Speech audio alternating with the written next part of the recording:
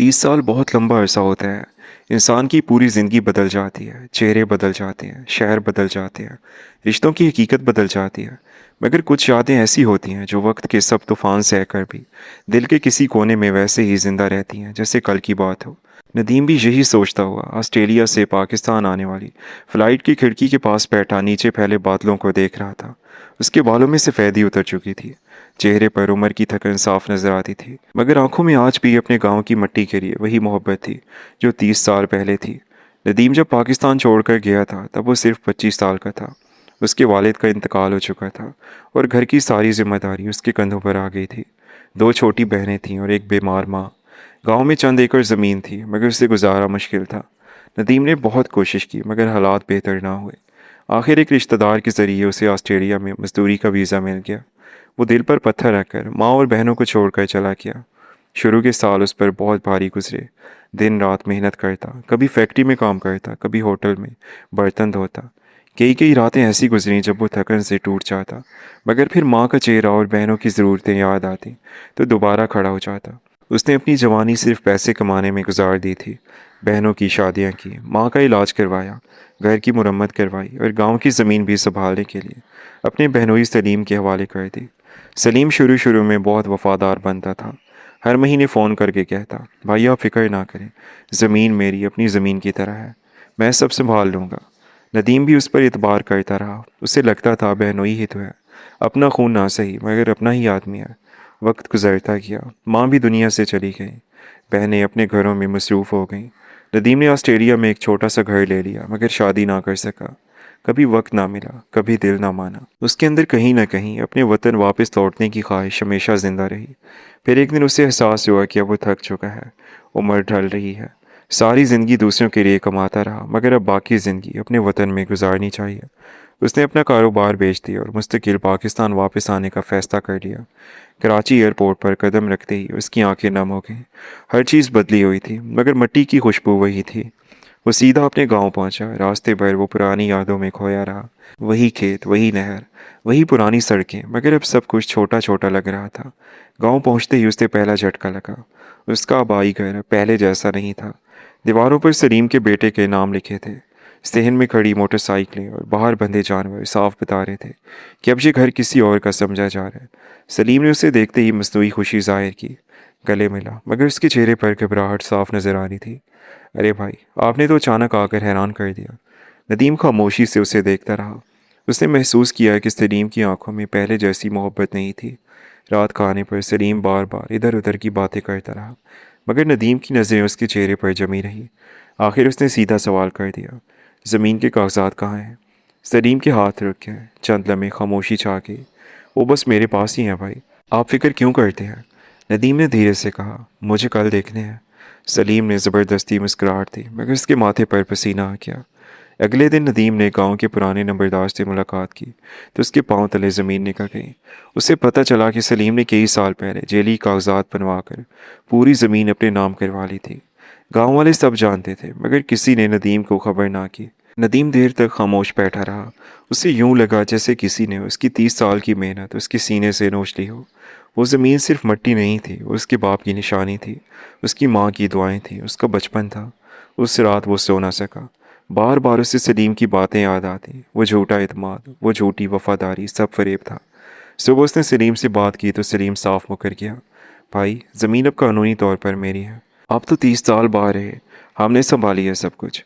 नदीम ने हैरत से उसे देखा। यही आदमी कभी उसे बड़ा भाई कहकर इज्जत देता था। मैंने तुम पर भरोसा किया था सलीम। सलीम ने कंधे उचकाए। ज़माना भरोसे पर नहीं चलता भाई। ये जुमला नदीम के दिल में तीर की तरह लगा। वो खामोशी से वहाँ से उठ गया। चंद दिन बाद उसने शहर जाकर एक मशहूर वकील से वक्त लिया। लोगों का कहना था कि वो वकील कभी केस नहीं हारता, बहुत ईमानदार और ज़हीन आदमी है। नदीम ने सोचा शायद यही आखिरी उम्मीद है। वकील का दफ्तर शहर के महंगे इलाके में था। नदीम सादा कपड़ों में वहाँ बैठा खुद को अजनबी महसूस कर रहा था। कुछ देर बाद एक लड़की ने आकर कहा, सर आपको बुला रहे हैं। नदीम धीरे धीरे चलता हुआ अंदर दाखिल हुआ। कमरे के अंदर एक बड़ी मेज़ के पीछे एक नौजवान वकील बैठा फाइल देख रहा था। उसने जैसे ही सर उठाया नदीम के कदम वहीं रुक गए। उसकी सांस जैसे थम गई। ये चेहरा वो कभी भूल नहीं सकता था। ये वही 10 साला बच्चा था जो बरसों पहले गांव की मस्जिद के बाहर नंगे पांव बैठा रोता था। वही बच्चा जिसे लोग हकारत से देखते थे, वही बच्चा जिसे एक दिन नदीम ने अपने साथ बिठाकर खाना खिलाया था और फिर अपनी जेब से पैसे देकर स्कूल में दाखिल करवाया था। नौजवान वकील भी हैरत से खड़ा हो गया। उसकी आंखें फैल गईं। नदीम भाई आप? कमरे में चंद लम्हों के लिए मुकम्मल खामोशी छा गई। नदीम की आंखों के सामने अचानक 30 साल पुराना मंजर घूम गया। गर्मी का सख्त दिन था। गांव की मस्जिद के बाहर एक दुबला पतला बच्चा बैठा था। कपड़े फटे हुए थे और आंखों में भूख साफ दिखाई देती थी। लोग आते जाते उसे धुतकारते थे। कोई कहता ये चोर का बेटा है, कोई कहता इसकी माँ भीख मांगती है। नदीम उस वक्त जवान था। वो रुक गया था। उसने बच्चे से पूछा, खाना खाया है? बच्चे ने खामोशी से सर हिला दिया था। नदीम उसे होटल ले गया, खाना खिलाया। फिर मालूम हुआ कि बच्चे का नाम साहिल है। उसका बाप मर चुका है। माँ लोगों के घरों में काम करती है, मगर गुर्बत की वजह से साहिल स्कूल नहीं जा सकता। उस दिन नदीम न जाने क्यों बहुत देर तक सोचता रहा। फिर उसने अगले ही दिन साहिल को स्कूल में दाखिल करवा दिया। किताबें खरीदी, यूनिफॉर्म दिलवाई। गांव वाले हंसते थे, एक गरीब के बच्चे पर पैसा ज़ाय कर रहा है। मगर नदीम ने किसी की परवाह न की। साहिल पढ़ने में बहुत तेज़ था, हर साल पहली पोजीशन लेता। नदीम जब ऑस्ट्रेलिया जाने लगा तो साहिल बहुत रोया था। भाई आप चले जाएंगे तो मेरा क्या होगा? तब नदीम ने उसके सर पर हाथ रखकर कहा था, मेहनत करना, एक दिन बड़ा आदमी बनना। और आज वही बच्चा उसके सामने एक कामयाब वकील बनकर खड़ा हुआ था। और आज वही बच्चा उसके सामने एक कामयाब वकील बनकर खड़ा था। साहिल की आंखें भीग गई थी। वो मेज़ से निकल कर आया और नदीम को गले लगा लिया। भाई आप कहाँ थे इतने साल? नदीम की आंखों में नमी तैर गई। उसने धीरे से कहा, जिंदगी की दौड़ में कहीं खो गया था। साहिल ने उन्हें इज्जत से बिठाया, पानी दिया और फिर मुस्कुराते हुए बोला, आपने मुझे पहचान लिया? नदीम ने हल्की सी मुस्कुराहट दी। तुम्हें कैसे भूल सकता हूँ? साहिल कुछ लम्हे खामोश रहा, फिर बोला, आपको अंदाज़ा भी नहीं आपने मेरे लिए क्या किया था। अगर उस दिन आप मेरा हाथ ना पकड़ते तो शायद मैं आज जिंदा भी ना होता। नदीम खामोशी से उसे देखता रहा। उससे पहली बार महसूस हुआ कि शायद इंसान की सबसे बड़ी कमाई ज़मीन या दौलत नहीं, बल्कि वो नेकियां होती हैं जो वो किसी के दिल में छोड़ जाता है। फिर साहिल ने फाइल खोली और संजीदगी से बोला, अब बताइए मसला क्या है भाई? आज आपका ये छोटा भाई आपके साथ खड़ा है। नदीम कुछ लम्हे के लिए खामोश बैठा रहा। उसके चेहरे पर अजीब सी थकन थी, जैसे बरसों का बोझ उसके कंधों पर आ गया हो। साहिल उसकी खामोशी समझ रहा था। उसने आहिस्ता से कहा, भाई दिल हल्का कर ले, अब आप अकेले नहीं हैं। ये जुमला सुनते ही नदीम की आंखें भर आईं। 30 साल तक उसने कभी किसी के सामने अपनी कमज़ोरी जाहिर नहीं की थी। ऑस्ट्रेलिया में वो सर्द रातों में भी पत्थर की तरह मजबूत रहा था। जब मजदूरी करते हुए हाथ जख्मी होते तब भी खामोश रहता। जब त्योहारों पर अकेले कमरे में बैठकर माँ को याद करके रोता तब भी किसी को खबर ना होने देता। मगर आज उसके अंदर जमा सब दर्द जैसे बाहर आने लगा। उसने धीरे धीरे सारी बात बताना शुरू की। साहिल खामोशी से सुनता रहा, मगर उसकी आंखों में गुस्सा बढ़ता जा रहा था। भाई आपने कभी कागजात चेक नहीं किए? नदीम में तल्ख हंसी हंसी, मुझे अपने लोगों पर शक करना नहीं आया। साहिल ने फाइल बंद की और कुर्सी से टेक लगाकर बोला, यही अच्छे लोगों का सबसे बड़ा नुकसान होता है। वो खुद जैसे होते हैं दूसरों को भी वैसा ही समझ लेते हैं। फिर उसने संजीदगी से पूछा, असल कागजात आपके पास हैं? नदीम ने सर हिलाया। कुछ पुराने कागजात मेरे पास ऑस्ट्रेलिया में थे, मैं साथ ले आया हूँ। साहिल की आंखों में चमक आ गई। बस फिर फिक्र ना करें, अगर असल रिकॉर्ड आपके पास है तो मैं ये केस लड़ूंगा। नदीम ने हैरत से उसे देखा, मगर सलीम ने बहुत ताल्लुकात बना लिए थे। गांव में सब उसके साथ हैं। साहिल हल्का सा मुस्कुराया। कानून ताल्लुकात से बड़ा होता है भाई, बस सच के साथ सब्र चाहिए। फिर उसने इंटरकॉम पर बात की और अपने असिस्टेंट को बुलाकर कहा, कल से इस केस की मुकम्मल तैयारी शुरू कर दो। नदीम उसे देखता रहा। उसे यकीन नहीं आ रहा था कि वही भूखा नंगा बच्चा आज उसे इतने एतमाद से बात कर रहा है। वक्त वाकई अजीब चीज़ है। दफ्तर से निकलते हुए साहिल ने कहा, भाई आप आज मेरे घर चले, मैं आपको कहीं और नहीं जाने दूंगा। नदीम ने मना किया, मगर साहिल ना माना। आखिर वो उसके साथ चला गया। साहिल का घर भी उसके दफ्तर की तरह खूबसूरत था, मगर वहाँ एक अजीब सा सुकून था। अंदर दाखिल होते ही एक बुजुर्ग औरत दुपट्टा संभालती हुई बाहर आई। नदीम उन्हें देख कर चौंक गया। ये साहिल की माँ थी, वही कमज़ोर औरत जो कभी लोगों के घरों में बर्तन धोती थी। आज उसके चेहरे पर इज्जत और सुकून था। साहिल ने खुशी से कहा, अम्मी देखें कौन आया है। औरत ने जैसे ही नदीम को देखा उसकी आंखें भर आईं। वो आगे बढ़ी और कांपते हाथों से नदीम का चेहरा छुआ। बेटा तुम? नदीम एहतराम से झुक गया। खाला कैसी हैं आप? वो रोने लगी। अल्लाह ताला तुम्हें खुश रखे बेटा, तुमने मेरे बच्चे को सहारा दिया था, आज वो जहाँ है तुम्हारी वजह से है। नदीम के दिल में अजीब सी नरमी उतरती चली गई। उसे बरसों बाद अपनायत महसूस हो रही थी। रात खाने पर साहिल बार बार बचपन की बातें करता रहा।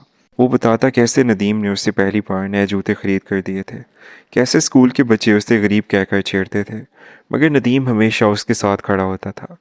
नदीम खामोशी से सुनता रहा, फिर अचानक साहिल संजीदा हो गया। भाई एक बात पूछूं? हाँ पूछो। आपने शादी क्यों नहीं की? नदीम चंद लम्हे खामोश रहा, फिर धीरे से बोला, शायद वक्त ही नहीं मिला। पहले माँ की फिक्र, फिर बहनों की जिम्मेदारी, फिर जिंदगी बस गुजरती गई। साहिल ने महसूस किया कि इस जवाब के पीछे बहुत सा तन्हाई भरा दर्द है। अगले दिन केस की तैयारी शुरू हो गई। साहिल ने ज़मीन के रिकॉर्ड निकलवाए, पुराने कागजात चेक किए। कुछ ही दिनों में उसे अंदाज़ा हो गया कि सलीम ने वाकई जेल साजी की है। जब सलीम को खबर मिली कि नदीम ने शहर के मशहूर वकील को कर लिया है, तो उसके होश उड़ गए। वो फ़ौरन शहर पहुंचा। वो सीधा साहिल के दफ्तर आया। अंदर दाखिल होते ही उसने मसनूई मुस्कुराहट के साथ कहा, वकील साहब, आप शायद हकीकत नहीं जानते, ये ख़ानदानी मामला है।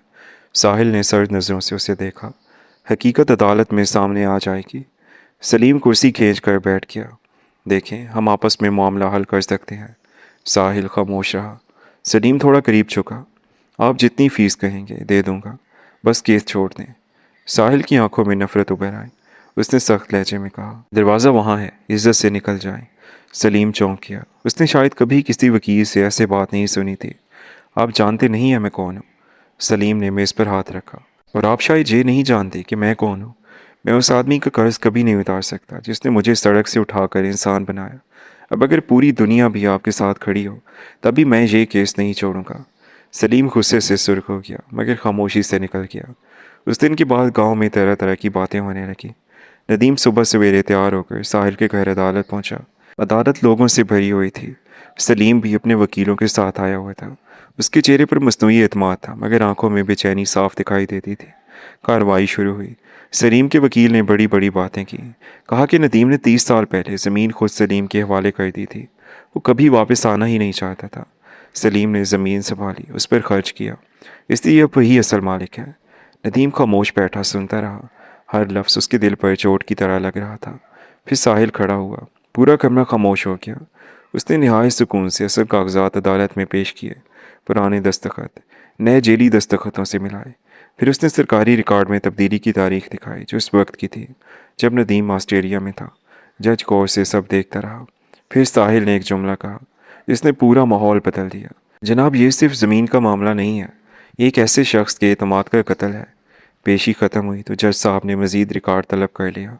बाहर निकलते हुए सलीम ने गुस्से से नदीम को देखा। तुमने बहुत बड़ी गलती की है। नदीम ने पहली बार मजबूत लहजे में जवाब दिया। गलती मैंने 30 साल पहले की थी जब तुम पर भरोसा किया था। साहिल ने अदालत के सामने वो जेली पावर ऑफ अटॉर्नी पेश की जिस पर नदीम के जेली दस्तखत थे। फिर उसने सरकारी अफीसर को बतौर गवाह बुलाया। पूरा कमरा खामोश हो गया। सलीम के चेहरे का रंग उड़ गया। फिर साहिल ने एक और सबूत पेश किया। ऑस्ट्रेलिया के इमिग्रेशन रिकॉर्ड के मुताबिक जिस दिन पावर ऑफ अटॉर्नी पर दस्तखत दिखाए गए थे, उस दिन नदीम पाकिस्तान में नहीं था। जज ने सख्त नज़रों से सलीम को देखा। क्या आप कुछ कहना चाहते हैं? सलीम के वकील खामोश हो गए। उनके पास अब कोई जवाब नहीं था। कमरे में बैठे लोग एक दूसरे को देखने लगे। पहली बार सबको यकीन हो गया कि सलीम वाकई धोखेबाज निकला है। अचानक सलीम खड़ा हो गया। उसके हाथ कांप रहे थे। मैंने ये सब अपने बच्चों के लिए किया था। जज साहब ने सख्त लहजे में कहा, कानून चोरी की इजाज़त नहीं देता, चाहे वजह कुछ भी हो। सलीम की नज़रें झुक गईं। नदीम खामोश बैठा उसे देख रहा था। उसके दिल में गुस्सा था, मगर साथ ही अजीब सा दुख भी। आखिर ये वही आदमी था जिसे उसने कभी भाई कहा था। चंद लम्हों बाद जज ने फैसला सुना दिया। तमाम ज़मीन और जायदाद कानूनी तौर पर नदीम की मलकियत करार दी जाती है। जेली कागजात बनाने और सरकारी रिकॉर्ड में रद्दो-बदल करने के जुर्म में मज़ीद कार्रवाई भी होगी। कमरा शोर से भर गया। नदीम की आंखें बंद हो गईं। उसने गहरा सांस दिया। उसे यूं लगा जैसे 30 साल का बोझ अचानक उसके सीने से उतर गया हो। साहिल ने मुस्कुराकर उसकी तरफ देखा। मैंने कहा था ना भाई, सच हारता नहीं। नदीम की आंखों से आंसू बह निकले। वो कुछ बोल ना सका। अदालत से बाहर निकलते ही सहाफ़ियों और लोगों ने साहिल को घेर लिया। सब इस कामयाब केस के बारे में पूछ रहे थे, मगर साहिल ने सिर्फ एक बात कही, आज इंसाफ नहीं, एक नेकी जीती है। 30 साल पहले एक आदमी ने एक गरीब बच्चे पर रहम किया था। आज अल्लाह ताला ने इसी नेकी को उसके लिए सहारा बना दिया। ये सुनकर नदीम का सर झुक गया। दोस्तों, आपकी स्टोरी के बारे में क्या राय है? अगर आपको स्टोरी अच्छी लगी हो तो वीडियो को लाइक कर दें। चैनल पर नया है तो हमारे इस चैनल शायान स्टोरीज़ को सब्सक्राइब कर दें। आपसे मुलाकात होगी कल एक नई और इंटरेस्टिंग स्टोरी के साथ। तब तक के लिए अपना ख्याल रखिएगा। अल्लाह हाफिज़।